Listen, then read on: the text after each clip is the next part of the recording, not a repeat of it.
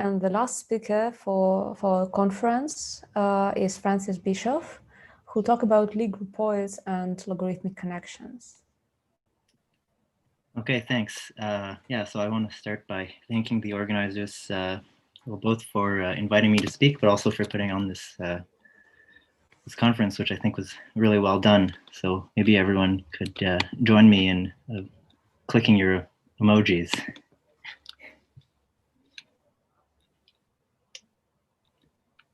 Okay, so let me just start. Okay. Okay, so I want to talk about this project, which I've just finished. I'll be putting up a paper on the archive soon.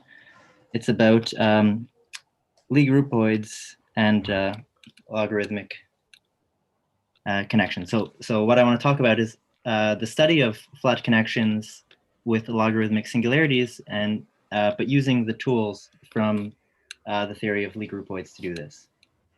So let me just start with some setting up what I'm going to be talking about. So I want to fix a complex reductive group G, and if you want, you can fix an example like GLN. And then in this talk, I'll be talking about connections on principal bundles. So I'll always denote these by P, and it will be over a manifold M, and then at some point it will change to X for some reason. Okay, so I want to start with kind of a warm-up, which is the classical Riemann-Hilbert correspondence for smooth connections. So this is an equivalence of categories between the category of flat connections on a manifold M and the category of representations of the fundamental group of the manifold. And I want to start by explaining how this correspondence, it arises by combining two more basic but also much more general equivalences, which are Lie's second theorem and Morita equivalence. So I'm going to start by explaining this. Just to start by defining some things. So given a principal G bundle P, we can define the Atiyah algebroid, which I've denoted at P. And what this is you take the tangent bundle of the total space of the principal bundle and you take the quotient by G. So this is a vector bundle over M. And the sections of this vector bundle, you can think of these as vector fields on the total space of P, but which are invariant under the G action. Then we can define a flat connection as a representation of the tangent bundle of the manifold, meaning that it's a bundle map from the tangent bundle to the Atiyah algebroid, and it preserves the Lie bracket. So here, this is the Lie bracket of vector fields on M, and here it's the Lie bracket of vector fields on P, on the total space of the principal bundle. And the tangent bundle and the Atiyah algebroid, these are both examples of Lie algebroids. And so we can phrase flat connections just as a homomorphism of Lie algebroids. And as an analogy to keep in mind, a representation of a Lie algebra, here little g, is a homomorphism of Lie algebras into the general linear algebra. So here you should think of the Atiyah algebroid of a principal bundle as playing the role of the general linear algebra. Okay, so these Lie algebroids have integrations. So the tangent bundle integrates to the fundamental groupoid. This is a Lie groupoid, and it consists of paths in the manifold M taken up to homotopy. So here I have a picture. The Atiyah algebroid, it integrates to something that's called the gauge groupoid. This is also a groupoid over M, and the arrows in this groupoid correspond to isomorphisms between the fibers of the principal bundle, G equivariant isomorphisms. So here, these are supposed to be kind of fibers of the principal bundle, and these are the arrows of the groupoid. They're maps between the fibers. Okay, so now we can define a representation of the fundamental groupoid on a principal bundle. This is a Lie groupoid homomorphism from the fundamental groupoid into the gauge groupoid of a principal bundle. So I drew a picture here. I'm imagining downstairs we have some paths, gamma 1 and gamma 2, and we're sending them to maps between the corresponding fibers. So phi of, say, gamma 1 is going from the fiber at the starting point of gamma to the fiber at the ending point of gamma. And again, the analogy to keep in mind is a representation of a Lie group as a homomorphism from a Lie group into a general linear group. And again, here, this gauge groupoid is playing the role of the general linear group. And a lot of things go through with this analogy. In particular, you have Lie's second theorem for Lie groupoid. So if you have a Lie groupoid G that has some connectivity assumptions on the source fibers, and its Lie algebroid is A, then we get an equivalence of categories between the representations of the algebroid and the representations of the groupoid. And this generalizes Lie's second theorem that you know for Lie groups and Lie algebras. And if we apply this to the case that we're studying, you get the first part of the Riemann-Hilbert correspondence. So we get to the equivalence between flat connections and representations of the fundamental groupoid.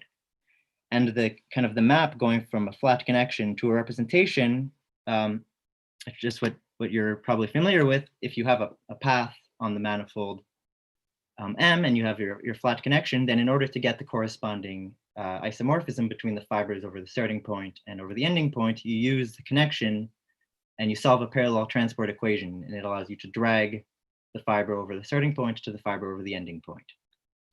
Okay, so this is the first part of the equivalence. The second part of the equivalence comes from something that's called Morita equivalence. So the fundamental groupoid of a manifold and its fundamental group at a base point, these are Morita equivalent groupoids. And what this means roughly is that if we take the quotient spaces of the base space modulo the groupoid, these things are the same. And there's a way of thinking of representations of a groupoid as a model for principal bundles over the quotient. So because these two quotients are the same, the fundamental groupoid and the fundamental group should have equivalent categories of representations. So this is the general fact about Morita equivalence, which is that a Morita equivalence between two Lie groupoids, it induces an equivalence of categories between their categories of representations. So if we apply it to this case, we get the second part of the Riemann-Hilbert correspondence, which is the equivalence between the representations of the fundamental groupoid and the representations of the fundamental group. Okay, so that's how we can see the Riemann-Hilbert correspondence for smooth connections. Okay, so now I want to move on to the main subject of the talk, which are logarithmic flat connections. So logarithmic flat connections, these are kind of the differential geometric generalization of linear ordinary differential equations with Fuchsian singularities. So here I've written down a kind of a prototypical example, and the presence of this z here, this means that the differential equation has a first order singularity. So the study of these types of differential equations, it goes way back, at least as far as Riemann and Fuchs. And there's a huge literature containing a whole bunch of normal form results, classification results. So I've listed a whole bunch of authors in the literature that have results about these equations. But one thing which I think is maybe missing is a completely functorial Riemann-Hilbert correspondence, kind of analogous to the one that I just presented for smooth connections, given in terms of monodromy data. So this is what I want to explain now. And this will go along the same, kind of following the same story as what I just presented for smooth connections. So to start, let me give kind of a Lie theoretic definition of logarithmic connections. So I want to fix now a complex manifold X and a smooth hypersurface D in this manifold. Associated to this data is the so-called logarithmic tangent bundle, which I wrote here as Tx minus log D. This is a Lie algebroid over X, and the sections of this Lie algebroid are vector fields on X that are tangent to D. now we can define a flat connection with logarithmic singularities along D to be a Lie algebraic homomorphism now from this logarithmic tangent bundle into the T algebroid of a principal bundle. So this is completely analogous to the definition that I gave before. The only difference is that now we've replaced the tangent bundle with this logarithmic tangent bundle. And now that this is phrased in terms of Lie algebroids, the first part of the Riemann-Hilbert correspondence is straightforward. It's just Lie's second theorem. So the first step is the integration. So the logarithmic tangent bundle has an integration, which is the twisted fundamental groupoid. And so if we apply Lie's second theorem here, then we get an equivalence between the category of logarithmic flat connections and the category of representations of this twisted fundamental groupoid. So this is the first part of the Riemann-Hilbert correspondence. So now we'd like to understand this category here a bit better. And so to do this, we want to kind of replace the twisted fundamental groupoid with something which is easier to understand, but which is Morita equivalent to it. So this is kind of the Morita equivalent step. And the groupoid that we're going to use here is a groupoid that is, which I'm calling the groupoid of paths with tangential basepoints. So this is a groupoid N, and it's a groupoid over this union of a basepoint x naught in X and a fiber of the normal bundle to D. And what this, the way that you can think of this groupoid is that the arrows of this groupoid are paths in X, and they can have base points in X. So for example, here we have a path that has a base point at X naught, but we're also able to have base points that are not in the space X itself, but are in the normal bundle to D. So here in purple, this is supposed to be the normal bundle to this hypersurface D. So we're imagining that the paths can actually go from a point in X to a point in the normal bundle. So this was an idea originally due to Deligne, and it's actually possible to make sense of this as a Lie groupoid. And this Lie groupoid is Morita equivalent to the twisted fundamental groupoid. And so we get an equivalence of categories between the representations of the twisted fundamental groupoid and the representations of this new groupoid N. Okay, so now to understand this category of representations now, I want to kind of decompose N into some more simple building blocks. So to this end, I want to consider subgroupoids, some specific subgroupoids inside of N. So the first, for the first subgroupoid, I want to fix a tangential base point, namely a non-zero normal vector V, and I want to consider the subgroupoid, which consists of only paths that are allowed to go between this fixed tangential base point V and this fixed base point X naught. So for example, this path here is allowed, this path here is allowed, this path here is allowed, but you're not allowed to go to any other point in the normal bundle. So this is a discrete subgroupoid, and it's Morita equivalent to the fundamental group of X minus D. So that's the first subgroupoid. The second subgroupoid, which I've denoted A and XD, it consists of the paths that lie fully in the normal bundle. So these paths are not allowed to exit the normal bundle and move around in X. So this is another subgroupoid, and I'm not going to tell you exactly what it is. If you want to know, I can tell you in the parallel session, but the kind of essential thing is that it essentially boils down to an action groupoid associated to a multiplication action of scalars on the fiber of the normal bundle.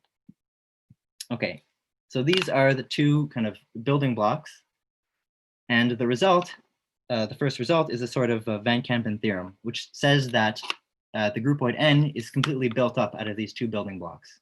So it's a push out of Lie groupoids. And what this means is that if you want to understand the representations of N, all you need to do is understand the representations of these two subgroupoids. And so that means that to study the representations, it basically boils down to studying the representations of the fundamental group of the complement, which is straightforward, we know how to do that, and then the representations of an action groupoid, of complex numbers acting on a one-dimensional vector space. So for the rest, well, most of the remainder of the talk, I want to just zero in on this groupoid. Okay, so just to make contact with differential equations again, the representations of this groupoid are equivalent to linear ordinary differential equations with Fuchsian singularities. So differential equations of this form. So really, when we're studying representations of this action groupoid, it's the same thing as studying the connections kind of locally. So we're just studying a differential equation now. So let me start by saying a bit about this groupoid. So this is a groupoid, an action groupoid associated to the exponentiated action of C. The arrows, they consist of a point lambda in C and a point Z in the affine line A. And we think of these as arrows going from Z to e to the lambda times Z. This groupoid has two orbits. One of them is the point 0, because multiplication by a scalar can't move you away from 0. And the other orbit is this big open orbit, which is the complement of 0. Now, it's useful to look at the isotropy groups. So these are the groups consisting of arrows that start and end at the same base point. Over the point 0, because the action of C can't move you away, you get the entire copy of C over the point 0. Over a point in the open orbit, for example, 1, we just get Z. So this is the fundamental group of the complement of the point 0 and A. So the elements of Z, you can think of them as these kind of loops going around. Okay, so now if we have a representation phi, we can extract some invariants from the representation in order to classify it. So recall again, I'm thinking of a representation as a homomorphism from our groupoid into the gauge groupoid of a principal bundle. And the first invariants that we can extract, they come from looking at the isotropy groups. So if we look at the isotropy group over the point 1, we get the monodromy. So this is an automorphism of the fiber over 1. And it comes about by looking at the action of the loops going around the point 0. That's the monodromy. The residue of a representation, this comes by looking at the action of the isotropy group of the point 0. So this gives you an action of C. And so the residue can be thought of as an infinitesimal automorphism acting on the fiber over the point 0. Okay, so these are the invariants that we can get from the isotropy groups. We basically need only one more invariant to classify representations. And this has to do with connecting the fiber over 0 and the fiber over 1. So this last thing is a space of regularized parallel transport maps. So I'm going to say more about this in a minute, but these three things are what classify representations of this action groupoid. So you can think of them as generalized monodromy data as in the following picture. And these things, we can kind of organize them into a category, and then we can get an equivalence of categories between the representations of the action groupoid and this category of generalized monodromy data. Okay, so now I want to talk about the spaces of regularized parallel transports. So the way I'm going to describe this will require a couple of definitions. The first one is the definition of a linear approximation of a representation. And the easiest way I find of thinking about this is to think about the following kind of natural groupoid homomorphism, where you just project out the second point, you send it to 0. So this is a groupoid homomorphism from the action groupoid to itself. And by pullback, we get a functor from the category of representations to itself. And what it does is it takes an arbitrary representation and it outputs the trivial representation, which is determined by the residue. So here we're starting with p phi, and we apply the functor L, and we get this linear approximation of the representation. So it's on a trivial bundle where the fiber now is the fiber of the original connection or representation at the point 0. Okay, so this is the linear approximation. And now the kind of important definition is the notion of a linearization. So a linearization of a representation is an isomorphism, which goes from the linear approximation of a representation to the representation itself. And if we put the extra condition that this map T has to be the identity at the point 0, then the linearization is said to be strict. And so linearizations, these can be thought of as providing a regularized parallel transport. One way of seeing this is the map T, if we say evaluate it at the point 1, then it's a bundle map. It's going from the fiber over the point 0 to the fiber over the point 1. So it's really connecting it's relating the fibers over the 2 orbits. And these linearizations, these encode the asymptotic nature of the fundamental solutions at the singularity of the associated differential equation. So they're closely related to something which is called the Levelt filtration. Okay, so there's one complication in the story, which is that linearizations are not guaranteed to exist. And this is because of the phenomenon of resonance. And resonance is basically the main source of subtlety in understanding these types of differential equations. So resonance obstructs the existence of linearizations. But the interesting thing actually is that it's not just resonance, it has to do with the unipotent component of the monodromy. So if you have a representation where the monodromy is semi-simple or diagonalizable, then you're guaranteed the existence of linearizations. So the way to circumvent the problem that linearizations don't exist is to use the semi-simple part. So I want to explain how we can use a Jordan-Chevalley decomposition to decompose a representation into a semi-simple and unipotent component. So this is the content of the following theorem. We start with a given representation, P phi, and what we can do using this formula, which I can explain later, is we cook up a groupoid 1 cocycle. And the only important thing to know about a groupoid cocycle is it's something that allows you to deform a representation. So we take this cocycle and we use it to deform our representation. And we get a new representation that has semi-simple monodromy. So this defines a functorial Jordan-Chevalley decomposition for representations. And basically, this is the way that we define the space of regularized parallel transports. We define these to be the space of strict linearizations of the semi-simple component of a representation.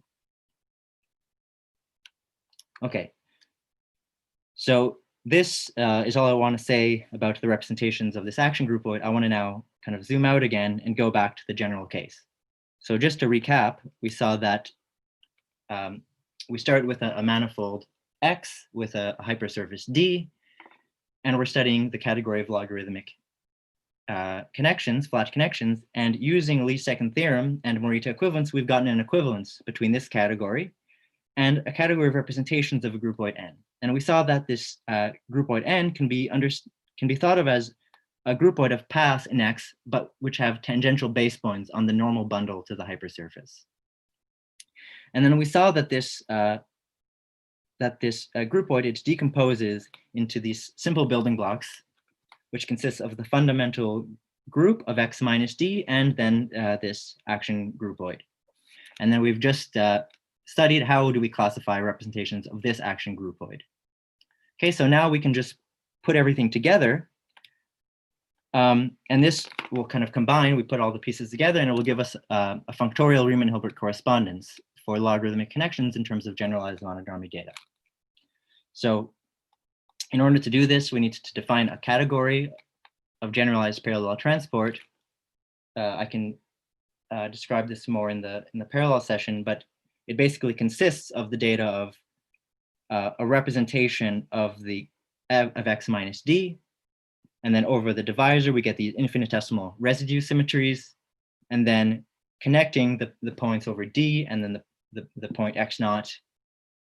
In the complement, we have the space of regularized parallel transports. So we get this kind of category that contains these regularized or these generalized monodromy type data. Okay, and then the result then is that we get an explicit equivalence of categories, which goes between the category of flat connections on X with logarithmic singularities along D and the category of generalized monodromy data. And I want to stress that this equivalence of categories, it's really given by a pair of two functors that you can write down explicitly. So you have kind of an explicit recipe for going back and forth between the connections and the monodromy data. Okay, so that's the end. Thanks. Thank you very much, Francis, for a wonderful talk. Let's all give a round of applause to Francis, including emoji applause. Everyone, emoji applause. Okay, thank you. Thank you, Francis. Sorry? I was saying thank you, Francis. Yes, thank you, Francis.